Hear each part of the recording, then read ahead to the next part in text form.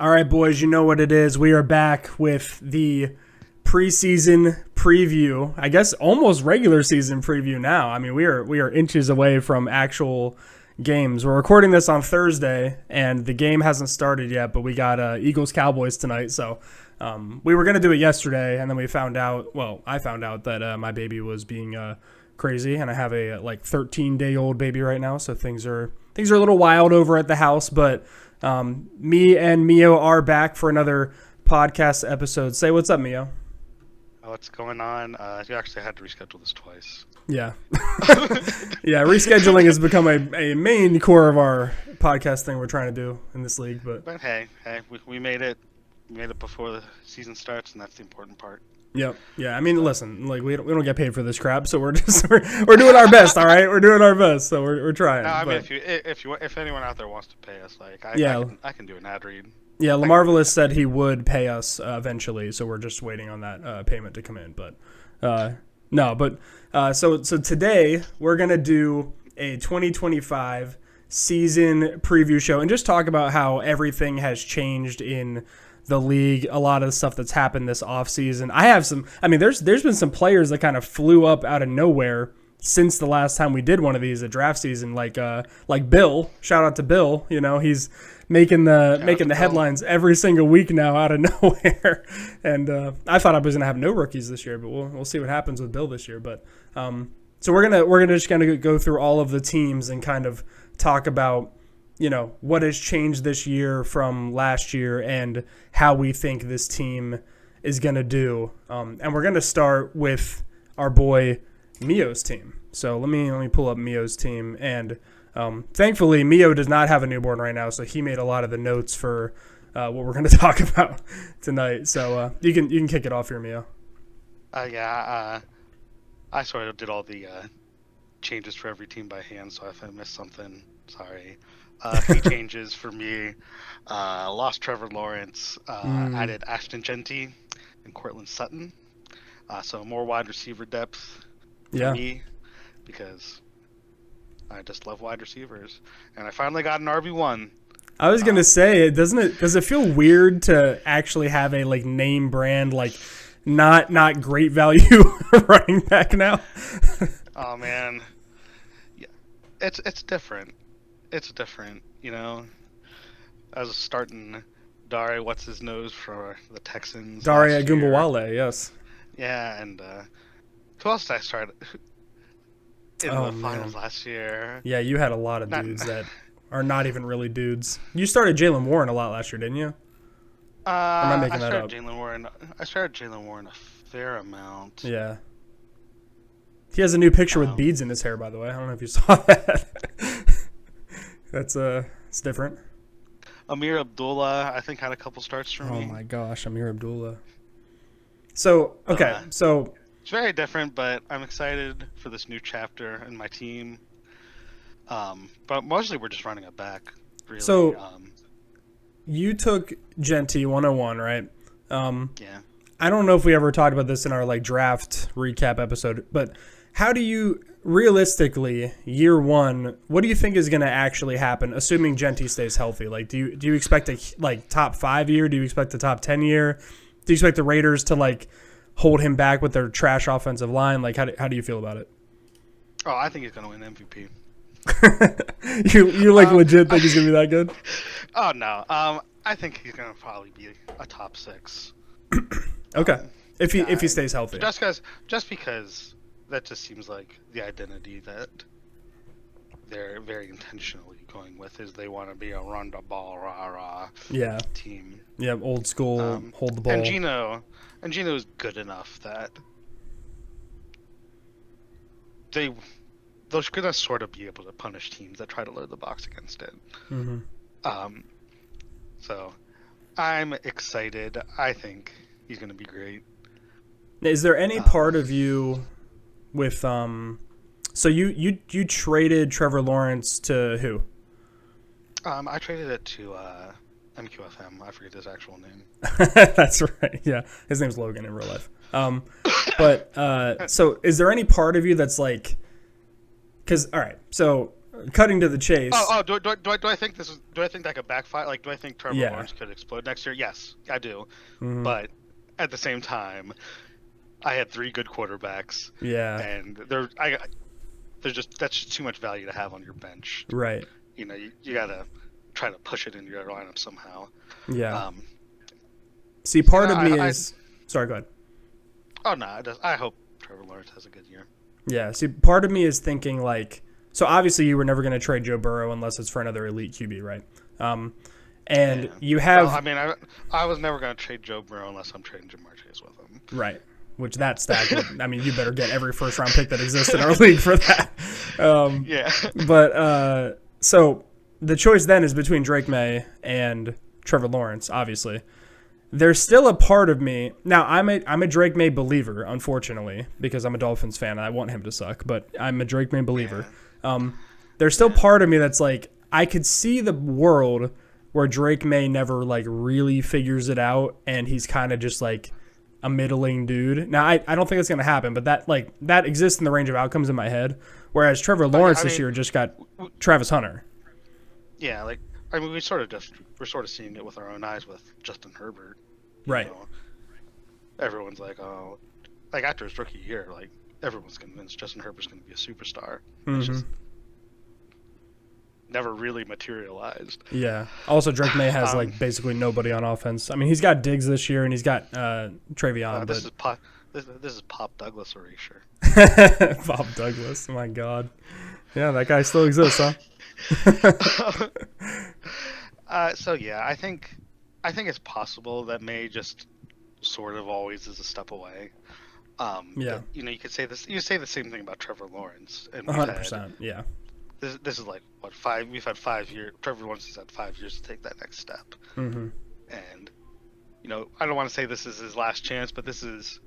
You got Brian Thomas, you got Travis Hunter. This is kind of a put up or shut up year for him. Yeah, 100%. Like if Lawrence can't play with those two guys, then yeah, people are gonna be calling for his head for sure. Whereas I think if Drake May has a mid-year this year, people are still going to make excuses for him. Yeah. So in that way, I sort of felt like May had more value insulation than Trevor. Is Cortland Sutton a guy that you like specifically sought out, like in the trade for Trevor Lawrence? Yeah. Okay. I tried to trade for him, like in a different trade, so like he knew I was interested. Yeah. And so it was like whenever he made his offer, he threw in Sutton, and that got my interest. Yeah. Obviously, Sutton is tied to future superstar quarterback Bo Nix. Yes, obviously. Yeah, the GOAT Bo Nix. I'm still probably the biggest Bo Nix believer, and I tried to get Cortland Sutton forever as well, because I figure he's 29, so they're like a selling team would want to sell that guy. You see that article on ESPN about how Sean Payton had this algorithm about how to predict which quarterbacks from college would be good, and it was like basically who's the best at limiting bad plays, and Bo Nix was like, oh yeah, I did see that. The best scouted quarterback ever by this metric. Yeah, he had some like specific analytics that he was like in love with Bo Nix about. I know high completion percentage was a part of it, and Bo Nix had like a almost 80% completion percentage one year or something like that. I don't know if I'm making that up, but I feel like that was true. And it was mostly like who can limit bad plays, and Bo Nix was amazing at that. Yeah. So. Yeah, I'm not gonna lie. That has nothing to do with fantasy, but no, that's great info. Bo Nix. Word. I was this podcast endorses Bo Nix. Yeah, we're just Bo Nix Glazers. This is a Bo Nix Glazer podcast. I was crapping my pants the first like 4 or 5 weeks last year. I don't know if I've ever seen a turnaround quite like Bo Nix's turnaround last year, where it was like the first 4 or 5 weeks where he was struggling to get like 150 passing yards and throw a touchdown like at all. And then all of a sudden just they changed something about the offense. I don't know if they took like the training wheels off or something, but Bo Nix's year just got so much better after that. So yeah, I don't know what was going wrong in the first month last year, but I'm really excited to see how Bo Nix does this year. I think they're going to be really good. I think they're going to be like unironically a top like 8 team this year because their defense is crazy too. So yeah. So going back to fantasy, I had a little section here, guy I need to step up. I put down Drake May. Yeah. Just because Um, I feel like to have a successful season for me, I think from where I'm at is just if I can get to the semis and feel like, okay, this is 2 coin flips, I feel like that's going to be a successful season for me. Like that Yeah. is how I'm going to measure success, and that's going to be different for each team. And I sort of have it written down here, but if if Drake May can take that next step, and then I have like two like top level quarterbacks, and then a solid RB1, a whole slew of wide receivers, and I can just sort of cycle through RB2. I think I'm going to be in a really good position. So, guy need to step up. I'm putting down Drake May. I don't know if you have a different opinion for that. No, I think that makes perfect sense. I think you're going to go as far as, I mean, all of these takes are barring injury, right? But I feel like barring injury, you're going to go as far as Drake May goes because your team is extremely top heavy with Burrow, Gentee, Chase, and Jefferson. Like those 4 guys are 4 of the probably top 10 most valuable guys in all of Dynasty right now. And then we scroll down a little bit. It feels like a way different team with like, Higbee and Tracy. Sutton and May, which Tracy's a huge question mark this year too. Because there's a world where he is one of the best values in all of fantasy because everyone ignored him this whole offseason. But there's also the world where like Scatterbo just like takes his job in like week 2 and it's over. So you never know. The Giants backfield, I think, is it crazy to say that I almost feel like they're both values? Yeah, because I could see it. Like there's a world where like Tracy makes Scatterbo an afterthought, and there's a world where Scatterbo makes Tracy an afterthought. But they're both so cheap that like if one of those things happened and you drafted both of them, you're gonna come out ahead. Yeah, exactly. Who has Scatterbo in our league? I forgot. I forget. I feel like it's Marv or something. Somewhere. It's Dove. Dove. Yes, that's right. I remember that. So we'll get to Dove later. Yeah. And you put notes for your team here, so I'll read them off just for funsies. Rashee Rice suspended for 6 games. That one hurts. Although you're pretty good at. You have 4 good receivers even without him, so I feel like you're probably feeling fine about that right now. Yeah, the thing is, Rice has the potential to like. I don't want to say be a league winner, but dude, he's a beast. He has the potential to be a win game single-handedly if everything cracks right. We'll see. Yeah. We'll see. Yeah, I think he's gonna be great when he gets back. And then, what are you doing at tight end? Just be honest. What are you gonna do? Well, we in this league we start like 17 guys, and tight end is I don't know. If it's the first 3 guys, and then everyone. Like a giant, like just like one giant tier. Yeah. After like from like 4 to like 20. So if I'm not getting the first 3 guys, I'm not spending anything on it. Yeah. When we get to my team, I'll talk about that too. And that's how you start Tyler Higbee, Pat Fryermuth. Who else do I have? Do I have AJ? I think my third AJ Barner. Yeah. But, you're just streaming this year. It looks like. Yeah, we're streaming at tight end. It'll be fine. It'll be fine. You'll live. All right. So moving on to Perv. All right. So I'll read through some of the key changes quick. So we had the draft like we were talking about. We got Jackson Dart at QB. Now we can spend a second here on Jackson Dart. Do you think Jackson Dart plays this year? That's question 1.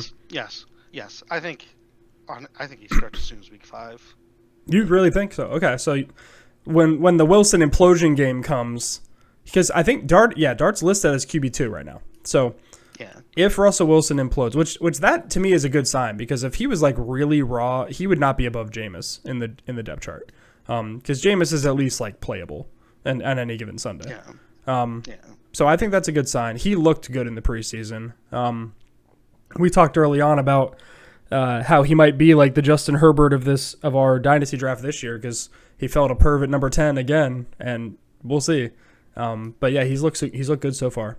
So I think he could play too. And that pick could, if that hits, that's a steal of a pick for Perv. So that's really good. Oh, for sure. Yeah.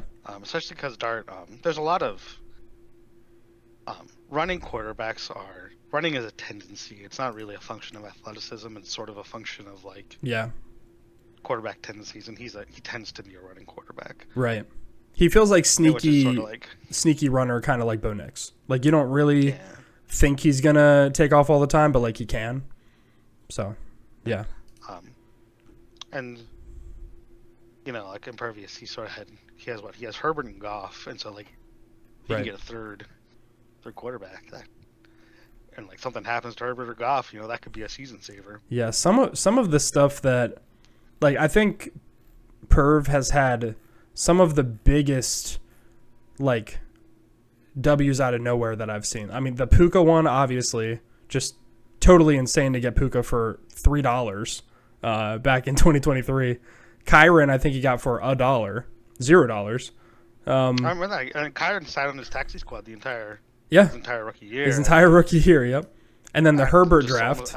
He's been on his team since 2020. He's had Justin Herbert his entire career. That's the level that we're at in this Dynasty League. Except for that meme Bub Means trade that him and Lamar Villas did in last year. It's we're getting to that point in this Dynasty League where like there's been guys that have literally spent their entire career on one person's team, which is pretty wild to think about. Like a guy that's in 5 years, like Justin Herbert. You genuinely love to see it. It's awesome. Yeah, it's really so cool. So yeah, he's had just like crazy come ups, like the Jared Goff trade too. Like, do you remember when Jared Goff was traded for? He got a second rounder and Jared Goff for Trey Lance in 2023. That's the trade. That's Trey Lance, man. Yeah, just some crazy come ups over here. You just love to see it. But anyway, so back to his team. Yeah, and then he drafted Tyler Warren. That was his other big offseason pick, which I think, so Warren went 10. I'm sorry. So Warren went 10. Was Jackson Dart 11? Yeah, okay. So Warren went 10 and Dart went 11. There's a trade. Yeah, there's a trade in there somewhere. Like, yeah. You either traded for Dart or you traded for Warren. Yeah, one or the other. But, yeah, I mean, Warren. He's low-key. Purvis is low-key kind of loaded at tight end. I know that, dude. It makes me mad. Yeah, I've tried to trade with him, and this is just backdoor stuff. I tried to trade him for Sam Laporta plenty of times, and I've tried to trade him for Tyler Warren, and he's just not giving me either one, and that's kind of annoying because I know he can only play one of those guys ever, and he's just gonna sit on his laurels here. Flex slot. If he flexes a tight end, I'll give him his props for that. Okay, I will.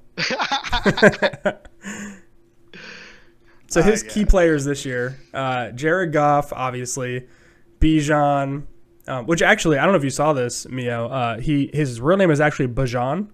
It's not Bijan. That's the actual Bijan is the actual pronunciation. He's never corrected anybody, but he said. How are we just now finding this out? I don't know. I've been calling him Bijan forever, and apparently it's Bijan. So, I don't know. That's it's too late now. Real. Yeah, I mean we're too late now. Bijan. Yeah, I was gonna say Bijan. You should have told us this way long ago. So, yeah. And obviously Puka. You could throw Kyron in there, and then Sam Laporta. I mean, he's honestly got a very stable, solid roster here. Yeah. He's more or less running it back from last year, which he was a finalist last year, so that's not the worst idea in the world. Yeah, exactly. The player you said to step up.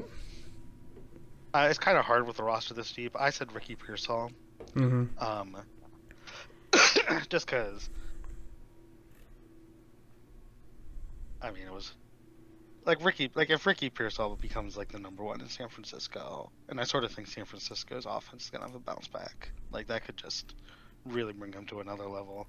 Yeah, dude, I'm pretty sure, I'm not gaslighting myself, but I saw didn't Ricky Pearsall have like a stat line last year that was like nutty at the end of the year? Yeah, he did. So he had 8 for 141 and 1, and then 6 for 69 and 1. He was like toward the very end of the year starting to break out. Last 2 weeks of the season, he started going nuts. Yeah, and if his season looks like that this year, dude, that's gonna be He's going to be a huge value. Notes. We had that Joe Mixon is starting the season on IR. I don't know what's going to happen with Joe Mixon, dude. I took him in redraft just because I have no idea. In case. In that redraft, like you got him so late. I was Yeah. kind of mad. I was like, I'm just gonna see what happens, like, cause I don't know what to believe anymore with this whole Joe Mixon thing. If you're RB5, it's not like he's gonna kill you if you have to cut him. Yeah, exactly. And you said that you believe that Perv is looking like a second tier playoff contender. I think I tend to agree. Yeah, I have a big tier list at the end. I also have myself a second tier playoff contender. Yeah, so both teams so far we said second tier playoff contender. And which is basically like if we get to the semis and it's a coin flip, that's generally a successful season. Right. Yeah, and that's the real truth of this whole thing is like whether you're ranked first or you're ranked third like during the season as far as like strongest teams, it doesn't really matter because when you get to a 1 week to move on and whatever happens that week is what, determines everything, like who knows who will come out on top. We've seen plenty of times where upsets happen in the fantasy playoffs anyway, so. All right, we're on to me. Yeah. So I guess I'll worked very hard for this key change. Yeah, dude, that trade. So the key change I had on my team, and let me just give I'll give a little background because it's me, okay? So this whole offseason, I've just been thinking like, I feel a little stun-locked just in general because I have a great team that I feel like if I can drag this team to the playoffs, I have a really good chance of winning. Like I feel like if I play D-Money, that's a coin flip. If I play Mio, it's a coin flip. If I play Perv, it's a coin flip. Like we all have pretty good rosters, right? I don't know if I agree with that. I think your rosters. I think it's more of a 60-40 if you play me or Perv. It could be, yeah. But I just feel like on any given week there could be the crazy game that blows up. I know what you mean. Yeah. So regardless, like I don't think that. Like I think if you're in that. I really think it is just buckets of like competing versus not really competing. That's really the buckets in our league. And then there's some teams that look a little bit better, some teams that look a little bit worse, but like any given Sunday is any given Sunday. That's how I look at it. But so I feel like my team is already in that bucket of like top tier competing team, right? So I don't want to move off of my competing guys, obviously. But I also wanted to make my team better in some ways, but I didn't have draft capital this offseason because I spent it all on my GOAT, Jalen Hurts. So I spent my... You spent it all making your team better. I spent it all making my team insane having Jalen Hurts and Josh Allen on the same team. So that's what, to me, if you can accomplish getting two top 4 quarterbacks, top 5 quarterbacks, then like you're always gonna be somewhere in the mix. So yeah, I agree. I just didn't make a lot of offseason moves, and I meant to. Like I would set. I mean, you guys know, you guys have had a bunch of trade offers from me. It's just a lot of stuff didn't make sense. The one guy that I'm now in like I just don't think I can ever trade him camp is Travis Kelce, just because all of his value is like completely gone. There's not a single thing I can get for Travis Kelce. He's 35. Everyone knows he's going to hang it up and go be with Taylor Swift forever and all that stuff, right? But he gets 130 targets a year. And there's no one I can play that's better than him because all the guys that are on other teams like Brock Bowers and Trey McBride and George Kittle are untouchable. Like the guys that have those 3 guys are not trading them. So in my opinion, I have the best attainable tight end on my team and he's just super old. And so here I am. So I've stuck with Travis Kelce forever. And, just like him and Taylor Swift, like till death do us part. That's how I'm looking at it. And then I got, Do you think he's going to change his name to Kelsey Swift just so that everyone else is forced to buy New Jerseys? I would love that. I hope he changes his last name to Swift, like just straight up, and he just becomes Travis Swift on the field. Like, you know how many jerseys that would sell if there was like a Swift, like Kansas City Chiefs jersey, dude? That would sell like crazy. Anyway, so my key change is Hall of Fame plaque. Exactly, yeah. So, I knew your key addition, your guy you need to step up is the same dude. Yeah, basically. So I knew right away, and I didn't really say it after the draft, but I knew right away the second that Darren got RJ Harvey, he was going to be on my team. I had this. Really? Because he almost traded him to me. Yeah, so Yeah. I knew the second. We were very close to a Harvey for T-Law deal. Is that right? Okay. Yeah. So I had this feeling that Darren was going to trade Harvey for more draft capital because in the end, like RJ Harvey was never going to be on his team when he was actually like ready to compete because he's 24. Yeah. He's a good running back, but like Darren's got some work to do. So I knew I was going to. We'll get to Darren eventually. Yeah, we will. We will. So I knew I was going to go for RJ Harvey pretty hard. And Darren and I probably did, I don't know, 600 variations of this exact same trade that you guys are looking at. That's like insanely long. It got very granular a million times, as you could guess. So regardless, I was fine giving up Shakir. I was actually, you guys will think this is funny now, I was more concerned about giving up Brian Robinson. I had this like, I know it seems dumb now, but I had this belief that Brian Robinson was like a very, very slept on running back. And it really just has to do with one, he's decent. He's just a guy, but he's decent. And two, he was going to be on one of the best offenses in the entire NFL this year. Like the Commanders are going to be really good. Now, of course, we're all hyping up Bill now, or Chris Rodriguez has hype now for some reason. But I just was in on Brian Robinson, and so that was a little bit of a hang up on the deal for me. But we ended up doing it just because I believe Harvey's going to exist for 3 to 5 years, and I believe in Denver too. So yeah. And we believe in the Bo Nix, Sean Payton offense. Mm-hmm. He's basically a running back on an offense that's going to live in the red zone. That's why Brian Robinson was good, and that's why Harvey's going to be good. Except for his quarterback is better. Yep, exactly. Yeah, I think Denver's going to be pretty decent. So the only thing I'm a little worried about is just Dobbins is just annoying. I don't think Dobbins is like amazing by any stretch of the imagination, but just the fact that he's there is kind of annoying. But I'm okay with it. I think Harvey toward the end of the year is going to be who everyone wants, and I'm cool with it. But yeah, that's definitely the guy I need to step up. If he sucks, if he pulls a Clyde Edwards-Helaire, I spent a lot of money on him. But other than that,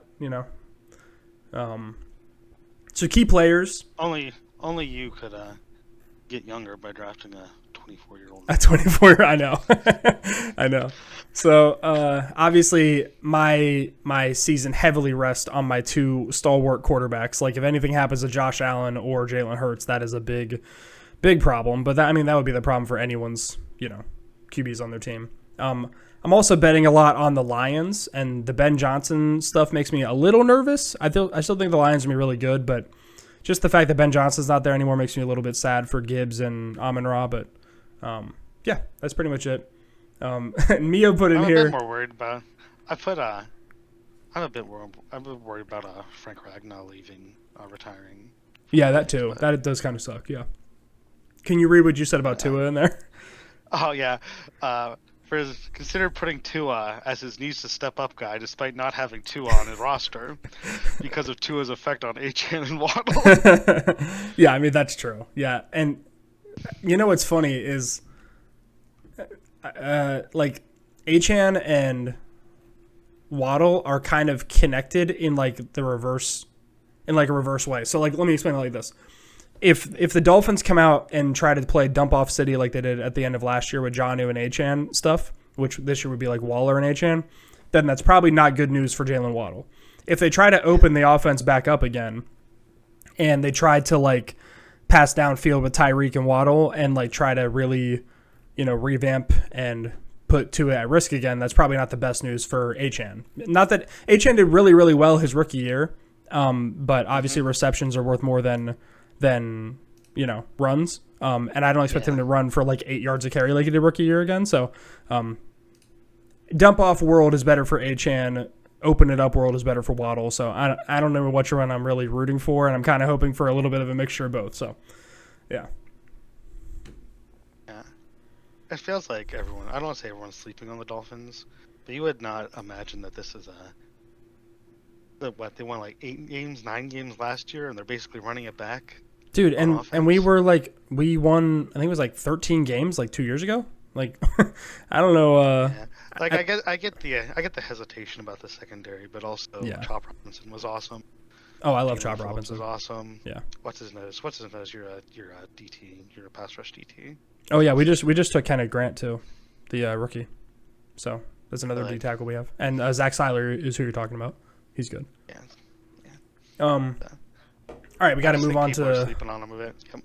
Yeah. Omlinator, first actual roster revamp. Yes, Omlinator. So this is a big one. So you want to read off all the changes? Yes, lost quarterback Anthony Richardson, big loss there. Lost James Conner. Added Tua Tagovailoa, added Josh Jacobs, added James Cook, added Matthew Golden, added Jacoby Myers. And a lot of those were just good trades, like he trades for a guy, and then like towards the draft, and then as people get more draft capital hungry, he trades them again, and he makes a profit out of nowhere, and that's how we got Jacobs and Cook. Yeah, it's very impressive. Dude, I'm not gonna lie. Looking at this Tua trade now is a little brutal, because this Tua trade was Trey Benson and Anthony Richardson for Tua and a 3. So that feels a little heavy now. I didn't realize it was going down like that. Yeah, the Josh Jacobs trade made a lot of sense too. I believe he said that LaMarvelous said something like, "I've always been a gambling man," right after he made the trade, which is very funny. Very funny. That's so you, LaMarvelous. That is so you, bro. That is awesome. So yeah, I mean, first of all, just kudos to Kyle for an amazing offseason. I mean, this truly looks way different than it did a year ago, even 6 months ago. So that's awesome. Did he just got Geno too, didn't he? Yeah, October of 24. He had Geno last year. That's right. Yeah, because he traded Stafford. I remember that now. Okay, all right. But yeah, obviously we have to hate on Matthew Golden while we're here. Just horrible. One of the worst trades I've ever seen. Picks I've ever seen. Obviously, we had a lot of pushback on Matthew Golden comments. I know. And like taking into account, we didn't really bring up like that Jordan Love does like to push the ball down the field, and that How do you feel about 0 on position players? Just out of curiosity. I'm a lot better on it than 22 on a receiver. That was giving me a headache, bro. That made me upset. Yeah, that's true. That's true. I still feel like 0 should be like a punter's number. Yeah. But, like the kids seem to like having 0. Did you see Gibbs is wearing 0 now? Yeah, I did. Yeah. Yeah, that makes me a little upset. I liked Gibbs, and he was like 26 or something, right? I think he looked. Yeah. I liked his number last year, but. Yeah.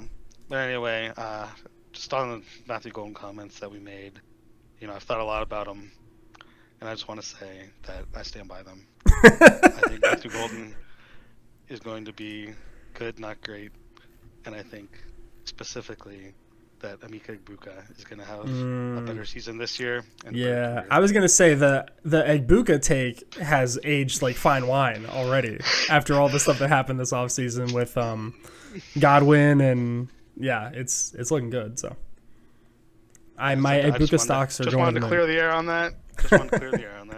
Yeah. So a guy he needs to step up, obviously Matthew Golden. He's going to be the hot button guy. Just that he can rub it in our face. Yep. Just like, that's the only reason I put it there. If Golden he could go 0-14, and if Golden has a good year, he's going to be able to rub it in our face. That's true. Yeah. If nothing else, if here's the reverse side of that. If he wins like a bunch of games and goes deep in the playoffs, but Matthew Golden sucks, I think I can still brag. That's the best part. That's kind of true. That's kind of true. That's kind of like D-Money with Quentin Johnston. That's true. Yeah, we can always crap on D-Money for bad draft picks, even if he wins. That's the best part. Like he might go 3 for 4, but like we're gonna be like, oh, those 3 rings are nice, but Quentin Johnston. Yeah, but who drafted Zach Wilson again? Yeah, exactly. But no, Kyle is literally punching the air right now, and that makes me laugh. And no, I think Golden has as good a chance as who he kind of reminds me of. He kind of reminds me of like Keon Coleman when he first came into the league. Like you're on a really good, not a player comp, but like situation comp. Okay. So like he's on a good team, good organization. everything, like, there's a wide receiver one spot wide open. Everything should make sense, but I just don't know if the guy, like the talent is ready for that, like, easy number one spot, if that makes sense. Like, I don't know how else to say it, but like everyone expected Keon Coleman to just slot right in as a wide receiver one, and it didn't really happen. But yeah. Yeah, I kind of agree. Yeah. But I will let that take age like milk. Clip that. Clip it and ship it. Post it in chat every time I have an opinion about anything. Yep. Yeah, clip that and get it ready for the Matthew Golden 4-touchdown week 2 game that happens, and that'll be funny. You can brag at us, Kyle. It's okay. It'll be funny. I have him as a third-tier playoff contender. I don't think he has. He'd have to go on a pretty crazy run to win, but I think he's going to compete. Yeah, Kyle can definitely compete. He'll go into the last couple weeks having a good chance as anyone to get that 5th or 6th seed. Mm-hmm. That's my prediction. So moving on to Kansas. Kansas, he never shows up in chat, but always does stuff. So we have stuff to actually talk about. so I don't I don't even know if he really exists, but he gets in there, he makes his moves, he does his trades, he drafts his players and whatever, and how does he have this many 2026 ones? I don't remember him getting a single one of these, but apparently this all happened. Wait, really? I don't know what happened, but yeah. So okay. So losses. He lost Tony Pollard, which actually I have looking at his roster, I have no idea why he traded Tony Pollard. Yeah, no, the running back situation here is no bueno. He needs to find a way to trade for some running backs ASAP. And he has some guys to trade. Pieces. Yeah, I mean he can make some moves. Obviously he's a Saints fan. He's got Olave, Shaheed. He added Cam Ward and Egbuka, who we were just talking about. Shout out to Emeka Egbuka. Shout out to bro. Cam Ward. How do you feel just gut check? Do you feel like Cam Ward's going to be top 15 this year, or do you think it'll take him? I think he's going to win Rookie of the Year. You really do? Yeah, I think Cam Ward's going to win Rookie of the Year. He kind of has been balling. He looks the part. I really think he's gonna be good, but he kind of feels like he might be good in the sense that Jordan Love is good. Titans, and I don't know if you're aware of the AFC, and just that mid-tier teams, Titans could be a sneaky playoff team. Dude, that'd be kind of epic if Cam Ward was going to the playoffs rookie year. But key players for Kansas, so he's got C.J. Stroud, he's got Jordan Love. I feel like I said this before, but I feel like all three of his QBs could have the exact same stat line this year, between Stroud, Love, and Cam Ward. Yeah, you could. I think you did say that. Yeah, doesn't it feel like they're all three the exact same dude, on paper? Yeah, they're sort of all part of the. They're all good, not great guys. Pocket passers. Well, they're all guys that some years they're going to throw 40 touchdowns, and some years they're going to throw 20 touchdowns. It just depends. Right. They could all hit 4,000 yards, all that stuff. His receiver core, pretty decent. And they're all never going to be in danger of losing their job. Yeah. No, they're all franchise QBs. Yeah. He could just not touch his QB spots for the next 10 years and it'd probably be fine. Right. Exactly. You got Brian Thomas, who, dude, I tried. Last year, you saw me trade for Brian Thomas in redraft last year.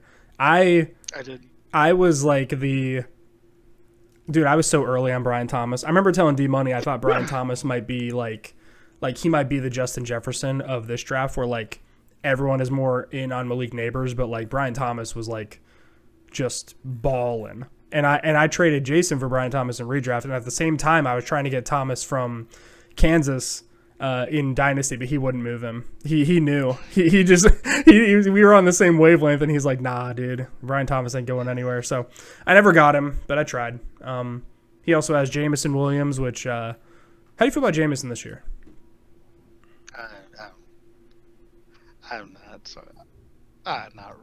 very high on Jamison. Okay. I feel like we see this I feel like I've seen this movie before with staff talking him up.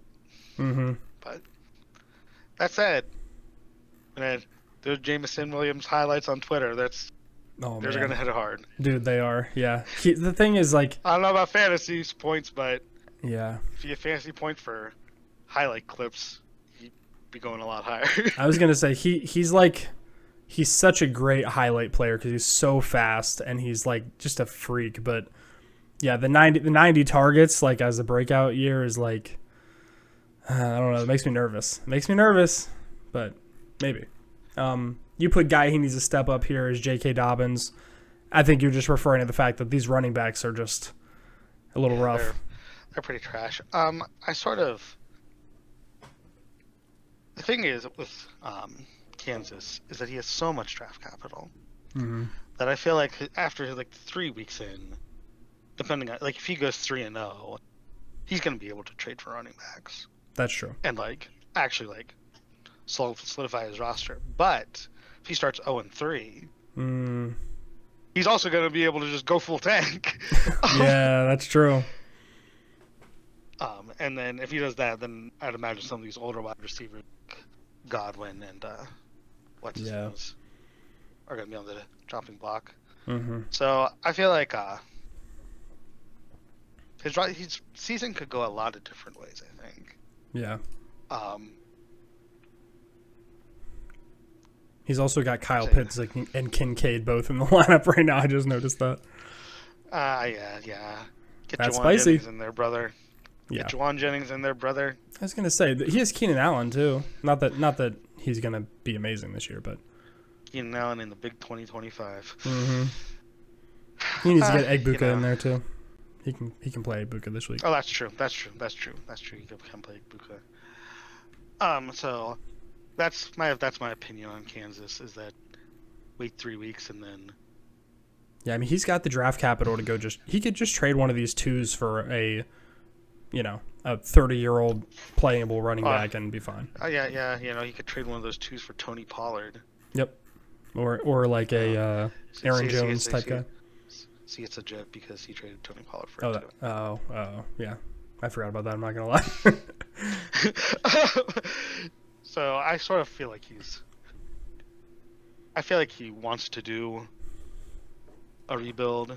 He's just sort of biding his time for now. Yeah. He just hit on so many quarterbacks that like now it kind of feels like he like tear it down to the nubs outside of like your QBs and like Brian Thomas or something and figure it out. But okay. So good for him. Yeah, honestly he's not bad.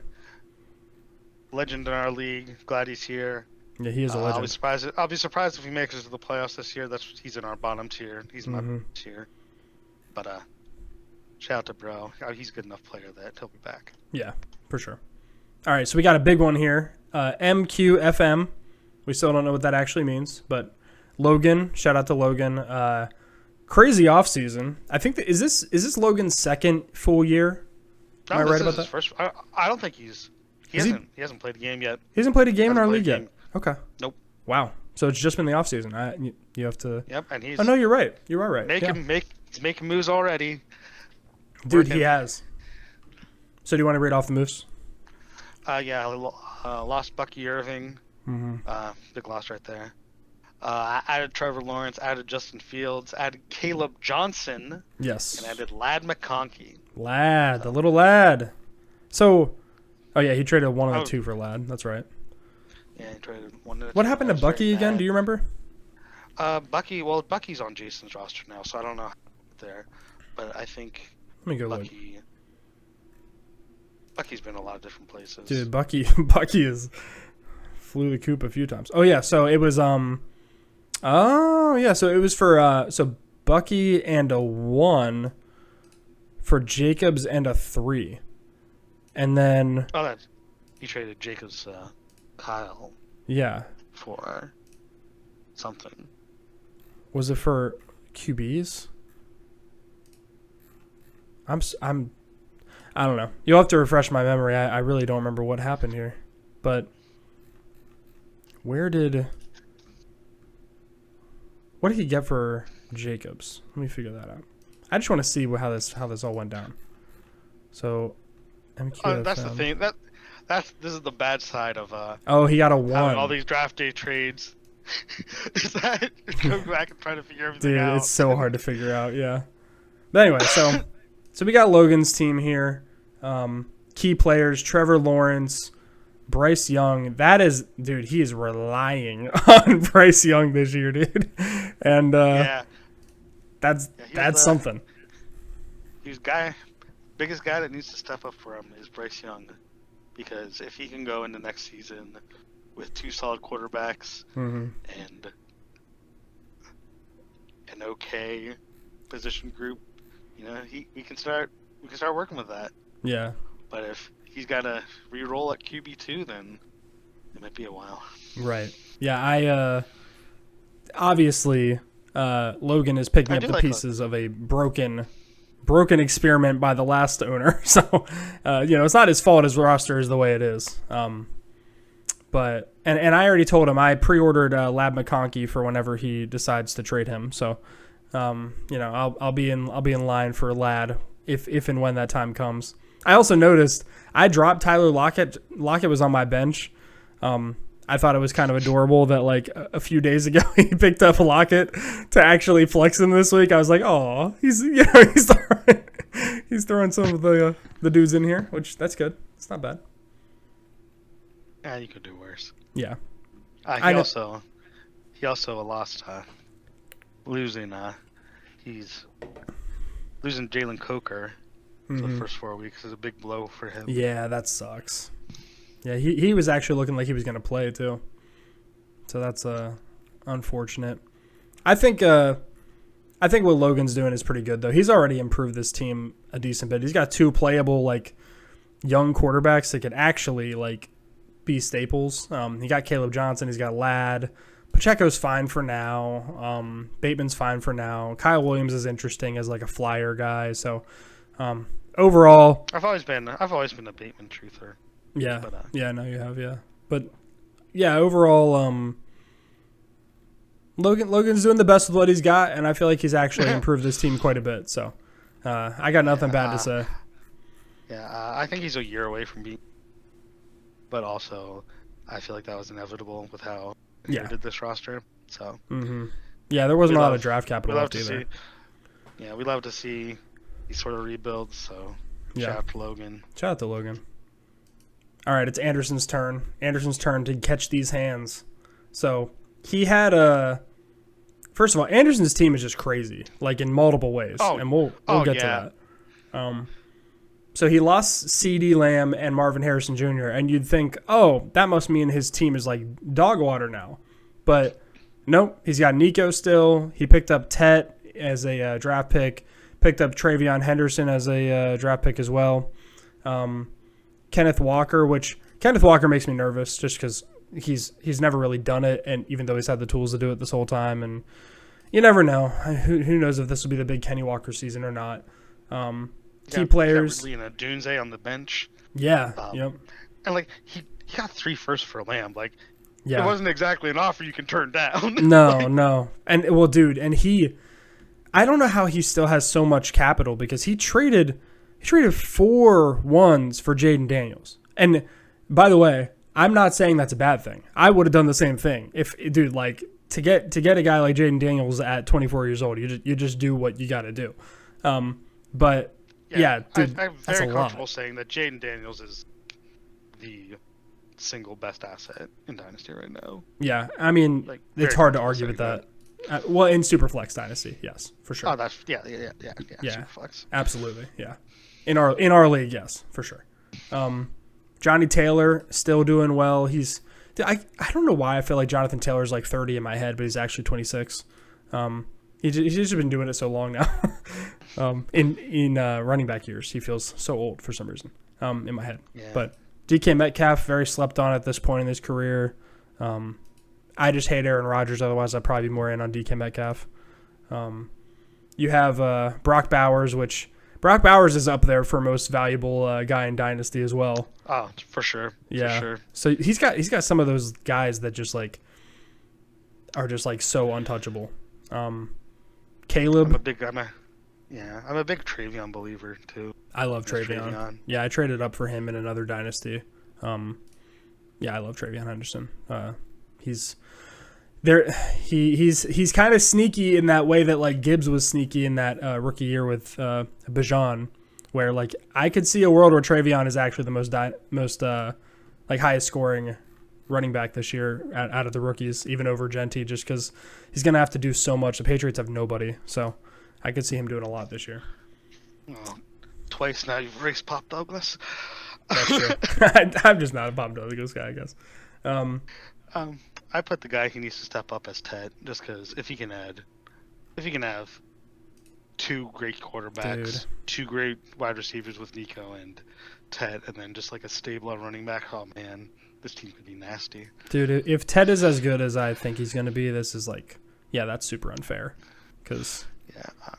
The other thing is that he has 4 2027 first round picks. Yeah, how did that happen? How does he have like all this draft capital after trading 4 first rounders for Daniels? He's a good manager. It's just crazy. He's a good manager.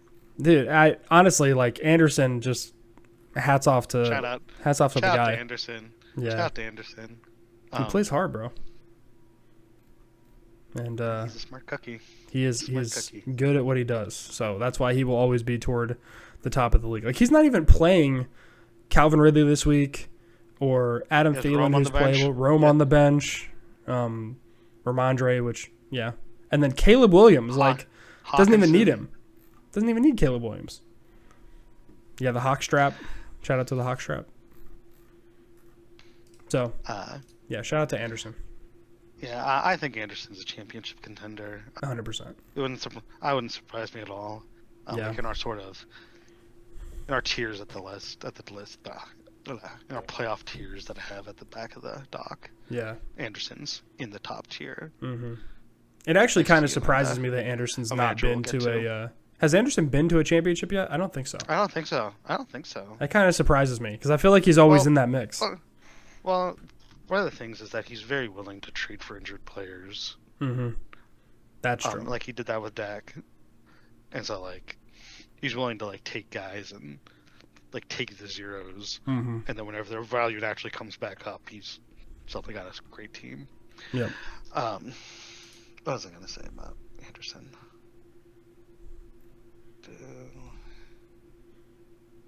Yeah, 4 first-round picks.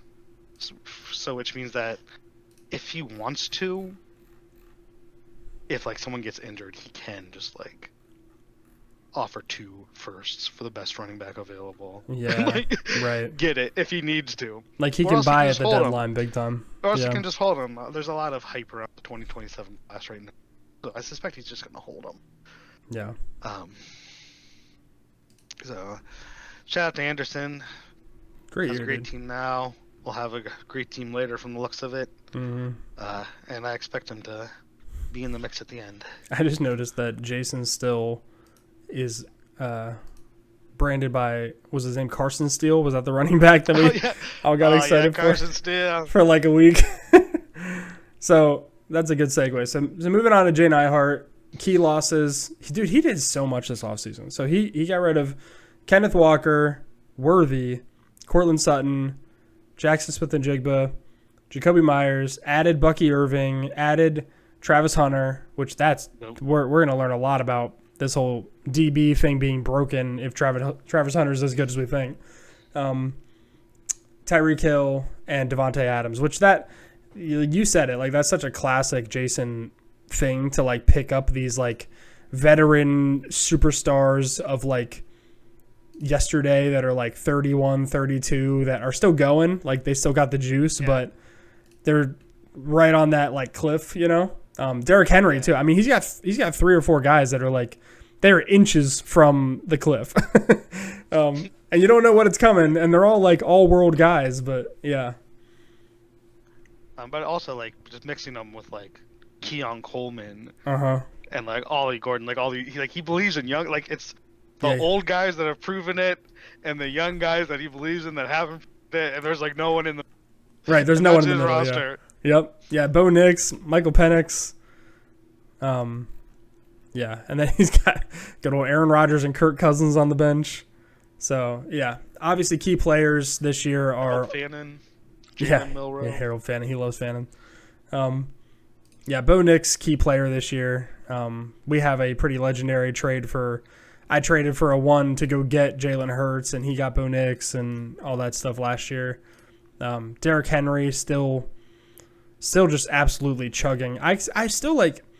I don't know if I forgot or something or, like, it blocked it out of my head, but, like, dude, he almost had 2,000 yards last year as a 30-year-old running back. I know that there's, like, some, like, the advanced stats people were very insistent that Henry had a better year than Saquon last year. Yeah, I kept, dude, if Saquon didn't have the year he had, we'd be talking about how insane it is that Derrick Henry did that at 30, but it's just kind of gotten forgotten really fast. You put guy he needs to step up here is Keon Coleman. I think I agree, but do you want to give your take on that? Yeah, it's because the rest of his wide receivers are all like 50.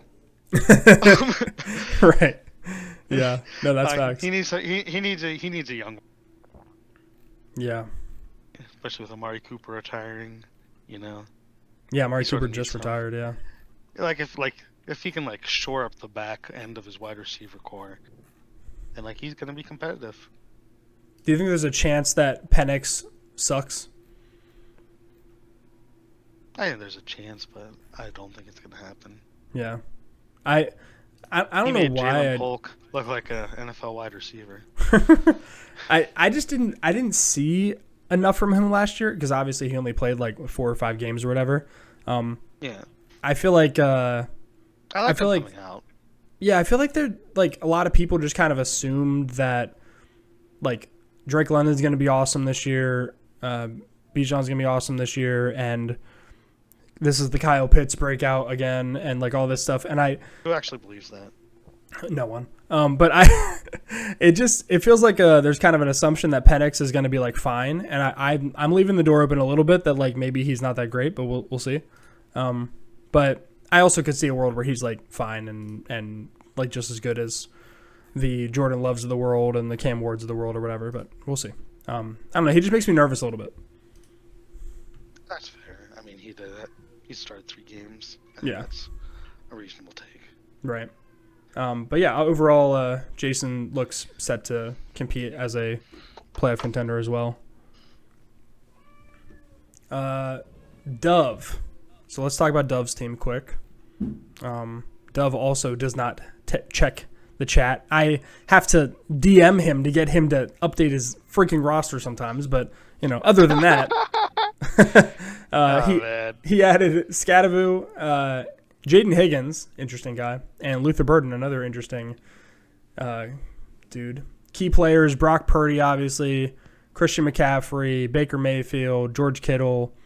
All of the he has a lot of exciting whites, which Logan would like. He's got Cooper Kupp, CMC, Purdy, Kittle,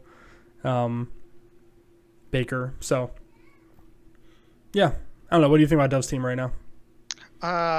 We didn't mention this, but he actually is very deep at running back. Behind CMC, he has Chase Dude, Brown, he is. Chuba Hubbard, and Jordan Mason. Yeah. Like, he has a shockingly good young running back core behind CMC. Yeah. And then obviously, like, Baker and Purdy, they're not runners. Like, they definitely air it out. Mm-hmm. Like, they put up volume stats. The big Achilles, and obviously, like, Kittle's like a top 3 tight end. Yeah, obviously. Yep. Probably continue to be for the next several years. Mm-hmm. The big hole at his team is wide receiver. Yeah. Let me just read this out. Deebo Samuel, Cooper Kupp, Jaden Higgins, Christian Watson. Remember him? Oh, I do. Burden. Luther Burden. Yeah, these are all unproven or aging. Like, Deebo and Cooper Kupp might literally fall off a cliff this year.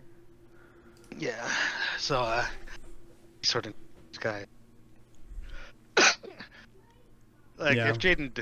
if Higgins and Burden don't work out, it's going to be pretty dire for him. Yeah. That said, if CMC works out, he might score so many points it doesn't matter. I was going to say, between CMC and Chase Brown, they're going to be so gross. Because, like, did you know Dove has had Chase Brown his whole career, too? He drafted him at 303. I can believe it. I can believe it. So he's one of the breakout third round picks that Darren is always going for. Yeah, I'm very intrigued by Jaden Higgins just because like the size and the like what if he's like an actual good number 2 for Stroud, like he could do a lot this year. Apparently he's the starter. Yeah, that's what I'm saying. And when Christian Kirk is hurt too, so yeah, so he might like, legit be if he's relied if he's on. Good. We're gonna find out fast. Yeah, exactly. Yeah, those are the types of rookies you want to bet on. Is like, all right, this guy's gonna be on the field very early. Like, let's see this work or not, But yeah, overall, I think he's also quietly loaded at quarterback. He has Purdy, Baker, and JJ McCarthy off the bench, and McCarthy. He did have Derek Carr. Right. Like yeah. he had 4 starters last year. Yeah. Right.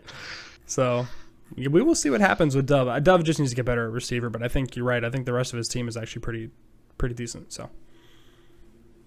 Yep. All right. Now on to the evil empire. The Darth Vader of the league.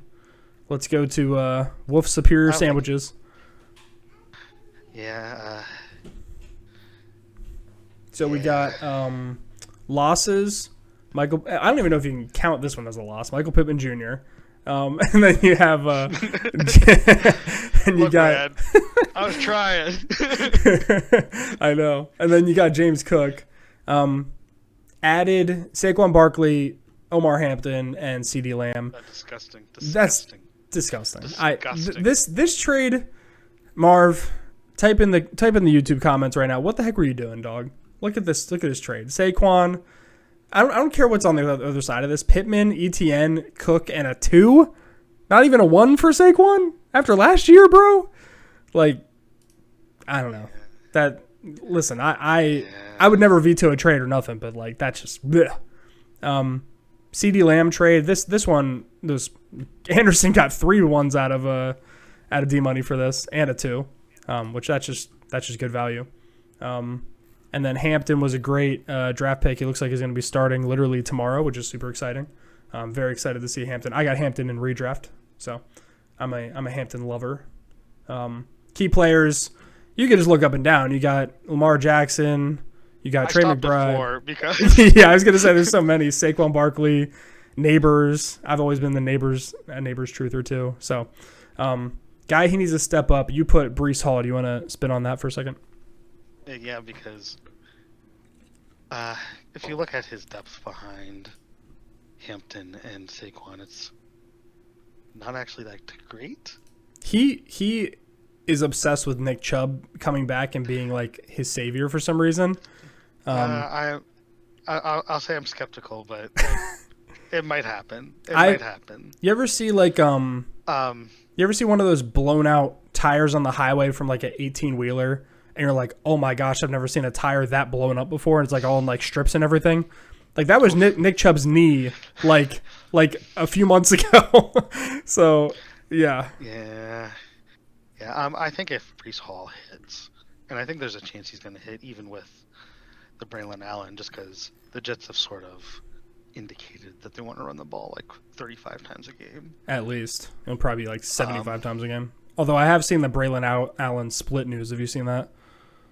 Like he's supposed to split the backfield. Yeah. Apparently. Well, that's what I'm saying. Like, if they're running the ball, if they want to run the ball 40 times a game, like they could split the backfield, and Breece is still going to get 20 touches. Yeah. Like, I just don't know if I believe that Breece is going to catch the ball as much as he has, and that's the Breece value. That's always been Breece's value. Is like catching 75 passes, catching 60 passes last year, like.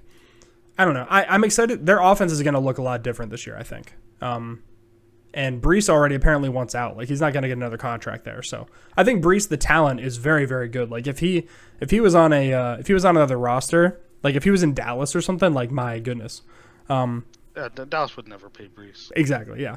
But no, I believe in Breece the player. I feel like I don't love his situation, but we'll see if he steps up. Obviously. We don't have to spend a ton of time on it. D-Money is a first-tier playoff contender, just like myself. So league favorite. Yeah, I would say he's probably the league favorite right now as well.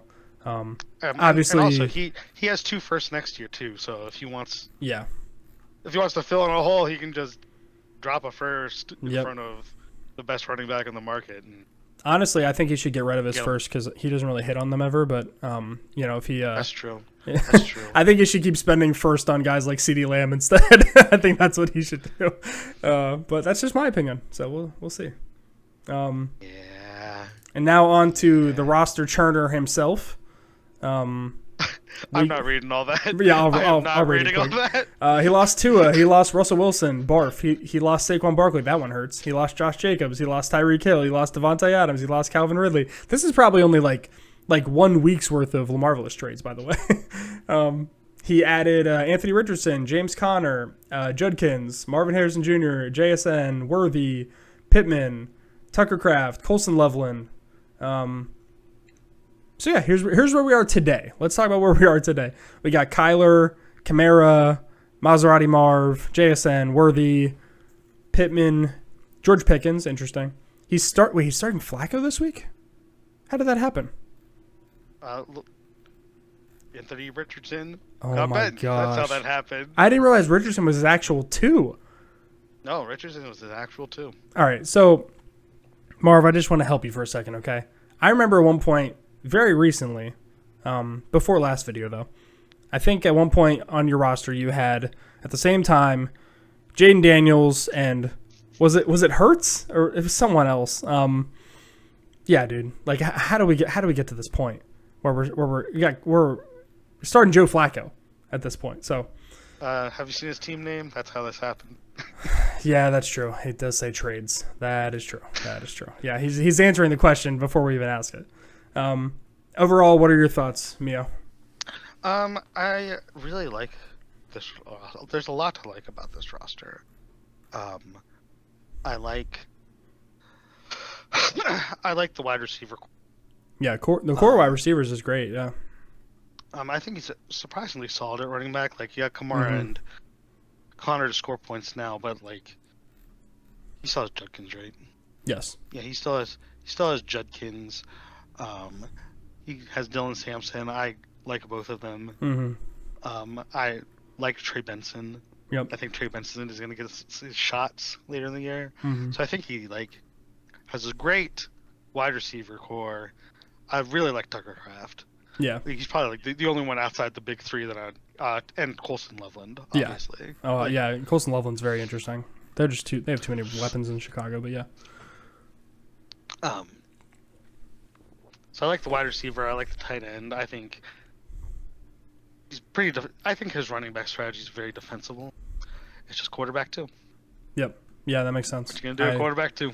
Yeah, and like I'm gonna be really, really sad when Kamara is done because I've always been a huge Alvin Kamara fan. Like, he's such a unique running back. It's such a good pass catcher. But those wheels are coming off at some point. He's 30. He's year 8 now. James Conner, same deal, 30, year 8. I don't know. The thing with Kamara is that those terrible Saints quarterbacks, yeah, they'll panic and throw dump offs to him. Oh, he's going to get a lot of dump offs, 100%. Like, he's going to be good if he's on the field this year. The cliff is coming for both of his running backs at some point. I doubt it's this year, but it could be. You never know. Never know. Yeah. Also, shout out to George Pickens. I'm excited to see how he does on the Cowboys.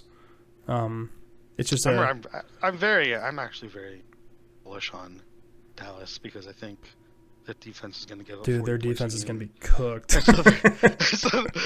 They'll be slinging the ball all over the place. Do you remember that game last year where I was sweating so hard and Micah Parsons getting any points? It was like Micah Parsons versus Jalen Petre for a W. Do you remember that?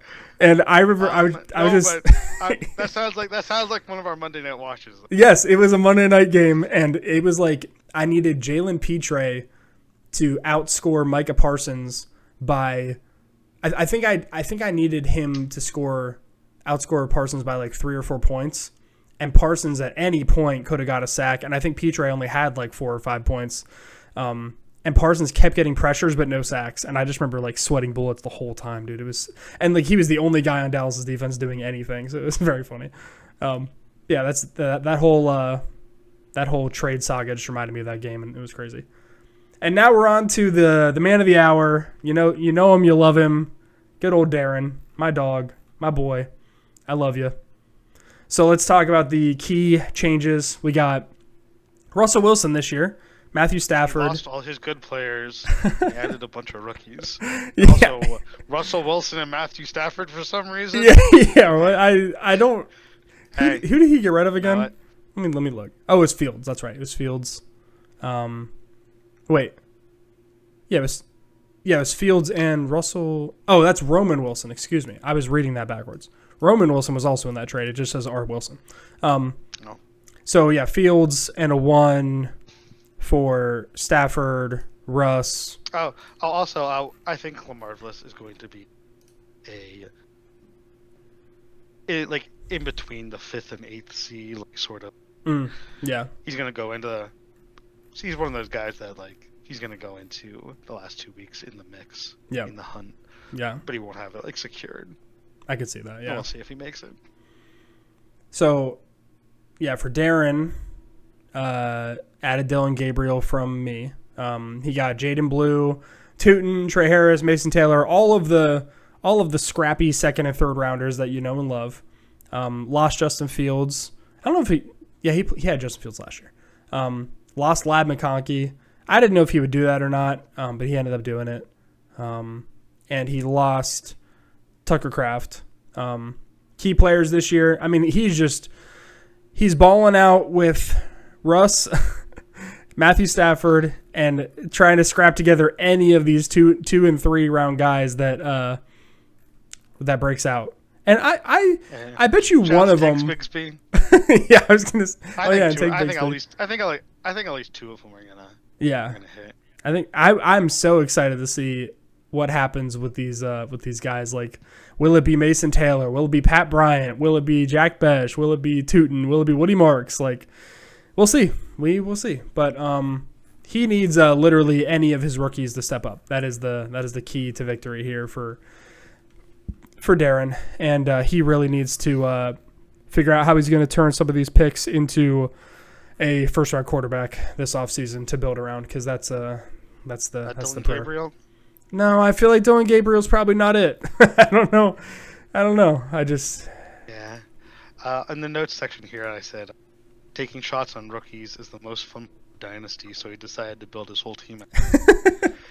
And I feel like that's just his team in a nutshell. Yep. He's just taking shots on rookies, and he built the whole team out of it. Yep. So shout out to him. And you said here in a lot of ways, I feel like best life, and like we're all worried about winning championships, and he's having fun with rookies. He's playing in the sandbox. He's having fun. And you put in here, if he makes the playoffs, then everything I know about fantasy football is a lie. Which it's kind of messed up, but kind of true. Yeah, that's kind of true. Yeah. So here I'll put on the screen now. These are our tiers that Mio came up with. Basically, he put tier 1, myself, Anderson, D Money. Tier 2, Mio and Perv. Tier 3, Omlinator, Dove, Nyhart, Marv, and then the rebuilders are MQFM, Kansas, and Darren. I feel like that's pretty much on the nose. That's pretty much how I feel about it too.